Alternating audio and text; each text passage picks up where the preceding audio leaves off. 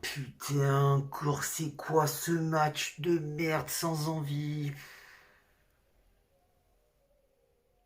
Et bon, Jamie Kissart, on va se faire le petit débrief de ce OGC Nice-Brest. Oui, je sais, j'ai pas le maillot de l'OGC Nice parce que je suis pas chez moi, je suis en vacances, je suis à la campagne, à la montagne, voilà, et j'avais pas prévu je devais rentrer ce soir et j'avais pas prévu de rester en fait un jour de plus, donc j'ai pas prévu le maillot, j'ai rien prévu, d'habitude je prévois, là j'ai pas prévu, voilà.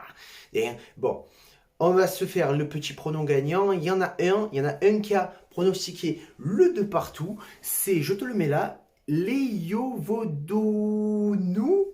Voilà. C'est la première fois qu'il pronostique et c'est son premier bon prono. Bravo mon béo, bravo Bicou pour ça. Vraiment, hein, c'est cool, ça me fait plaisir que tu gagnes. Et pour la compo, on se la met direct là. Donc compo en attaque Ganago Dolberg. Ounas, au milieu de terrain, Alexis Claude Maurice, Pierre Lesmelou, Thuram en défense, Ensoki, Dante, Danilo et RL. Et on commence le match. Donc déjà, début du match, Danilo qui remonte un peu vers le milieu, toujours, hein, qui apporte un peu son soutien en milieu de terrain pour essayer de faire une meilleure plaque tournante, une meilleure orientation de jeu. Danilo qui a une bonne orientation de jeu et laisse un peu Christophe Herrel dans l'axe. Dès que Nice a le ballon, eh ben, on est pressé très haut par Brest qui attaque rapidement avec de la percussion. Ils sont là clairement, leurs intentions c'est de ne pas perdre face à Nice à l'Alliance Riviera. On sait que Brest est une équipe qui est accrocheuse, que ce soit à domicile ou à l'extérieur. Hein, clairement, on le sait. On essaye de trouver de l'espace en utilisant les côtés pour étirer un peu la défense de Brest qui est assez compacte et on n'arrive pas, en fait, on n'arrive pas à se trouver, c'est difficile pour nous de trouver des espaces, même en passant par les côtés. On repart du fond du terrain, donc c'est un gros effort, hein, on monte tous ensemble. Et en ressortant très proprement, défensivement, comme on sait le faire, hein, c'est-à-dire on se met un peu en danger, mais on essaye de ressortir très proprement et très rapidement.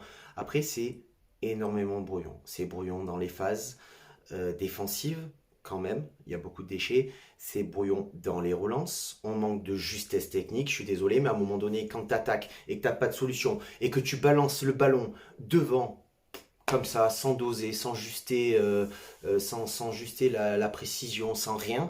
Je suis désolé, à un moment donné, tu es professionnel, tu n'as pas le droit de faire comme ça. Ce n'est pas possible. Et Brest, du coup, ben, ils tirent leur épingle du jeu.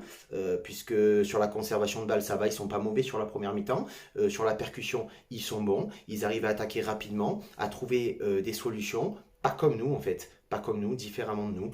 Et à la 22e minute, après un manque de pressing enfin de Brest, Nice ressort de sa défense.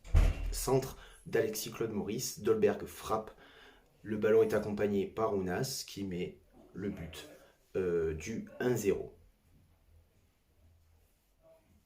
Après tout ça, ben le but c'est de rester concentré, de ne pas baisser le rythme et de rester régulier, surtout en fait régulier tout au long du match, parce qu'on sait que sur toute une saison on n'est pas régulier, mais qu'on ne soit pas régulier sur l'ensemble d'un seul match, c'est 90 minutes, faut pas abuser non plus, il faut pas abuser. Voilà, on n'est pas régulier. Enfin, c'est catastrophique. C'est catastrophique. Et après le but, ben, la physionomie du match, elle change pas trop. Mis à part à la 35e minute sur un centre de Ounas, enfin sur un contre, Ounas sert Dolberg dans le dos qui arrive bien à se redresser, il frappe assez instantanément et il marque. Il marque, c'est un magnifique but de Kasper Dolberg.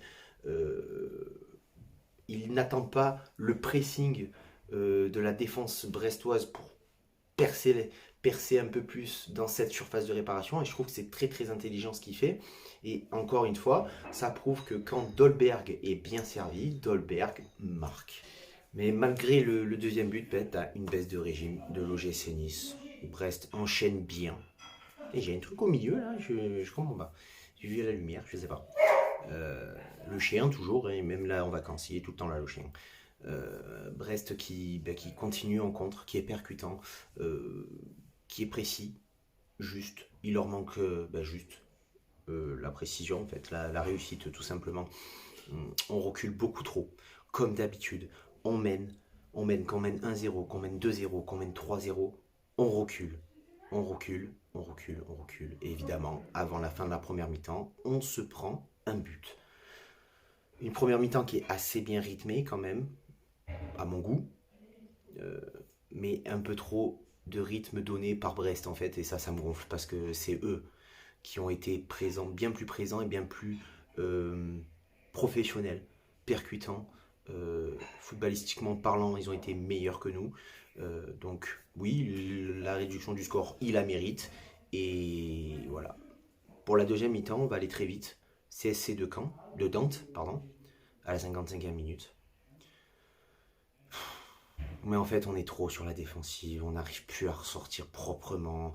Encore une fois, après avoir été mené, je le redis, on recule, on resserre sur les rangs, c'est pas possible, on n'est pas concerné dans le match. On n'est pas concerné dans le match, dans l'engagement. Il n'y a aucune agressivité sur le ballon. C'est difficile pour nous de bousculer une petite équipe, aussi bien qu'elle soit, de Brest.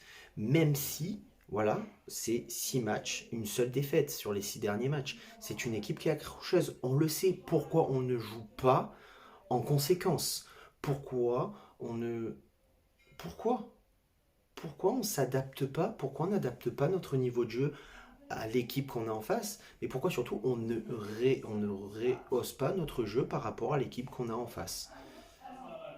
Je comprends pas, voilà. Je comprends pas. Et après, Patrick Vieira qui s'obstine à faire jouer, à faire entrer Maoulida, bordel de merde. Voilà, et après ça, après tu fais rentrer Maoulida, ben t'as tout compris. C'est bon, le match il est terminé, c'est fini, c'est plié, on fera plus rien. On fera plus rien, voilà. Donc c'est ça en fait. La deuxième mi-temps, j'ai que ça à dire. Voilà. Encore dégoûté de ce match, encore dégoûté de cette équipe. J'ai de plus en plus de mal à leur trouver des excuses et de plus en plus de mal à les défendre. Voilà. Je ferai un petit live, je pense dimanche, si j'ai le temps. Je pense que j'aurai le temps, donc on fera un petit live. Vous trouverez le sujet, les sujets, hein, bien évidemment. Et sur ce, bah, ciao Viva, la baguette et Issa Nissa.